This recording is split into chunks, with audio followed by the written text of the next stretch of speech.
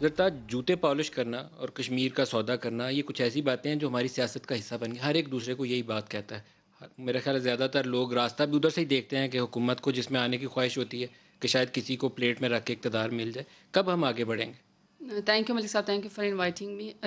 دیکھیں آپ نے خود ہی کہا کہ یہ کشمیر کوئی مذاق نہیں ہے کہ اس کو کوئی پلیٹ میں رکھ کے کسی کو دے دے یا اس کا کوئی سودا کر لے. ہم سب کو پتہ ہے، یہ ہمارے خون میں شامل ہے کہ کشمیر کے بغیر پاکستان نامکمل ہے. اور پرائم منسٹر عمران خان نے جس طریقے سے کشمیر کا مقدمہ لڑا، جس طریقے سے اس کو انٹرنیشنلائز کیا، ہر فورم پہ جس طریقے سے کشمیر کے سفیر کے طور پر بات کی، تو میں سمجھتی ہوں کہ وہاں پہ اس طرح کے الزام، اور وہ بھی ان لوگوں کے منہ سے. دیکھیں یہ خاتون آج اس لیے یہاں پہ کھڑی تھیں، یہ فرما رہی تھیں، اتنا زہر اگلتی ہیں، اتنا نیگیٹو یہ خاتون ہے، خول کے اندر بند ہے، کیونکہ ان کے والد محترم جو باہر بگوڑے ہیں وہ کیونکہ پاکستان آ نہیں سکتے ہیں.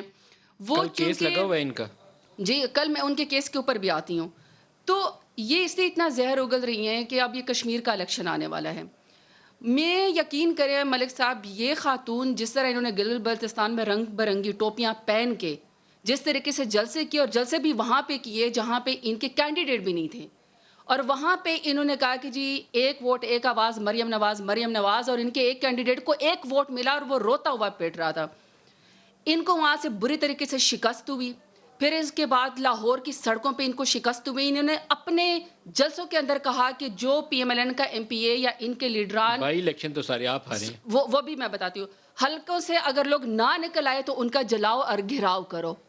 پھر ملتان میں جو ان کے ساتھ ہوا، جو ان کے ساتھ مردان میں ہوا، جو ہر جگہ سے ان کو بری طریقے سے مار پڑی.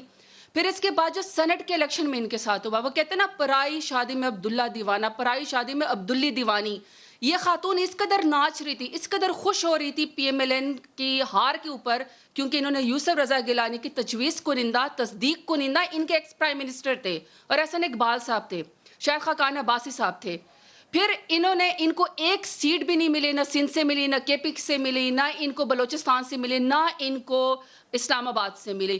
اس قدر پہ در پہ شکست کے بعد مجھے پتا ہے ان کو اوپر کافی اثر ہے ذہنی طور پر.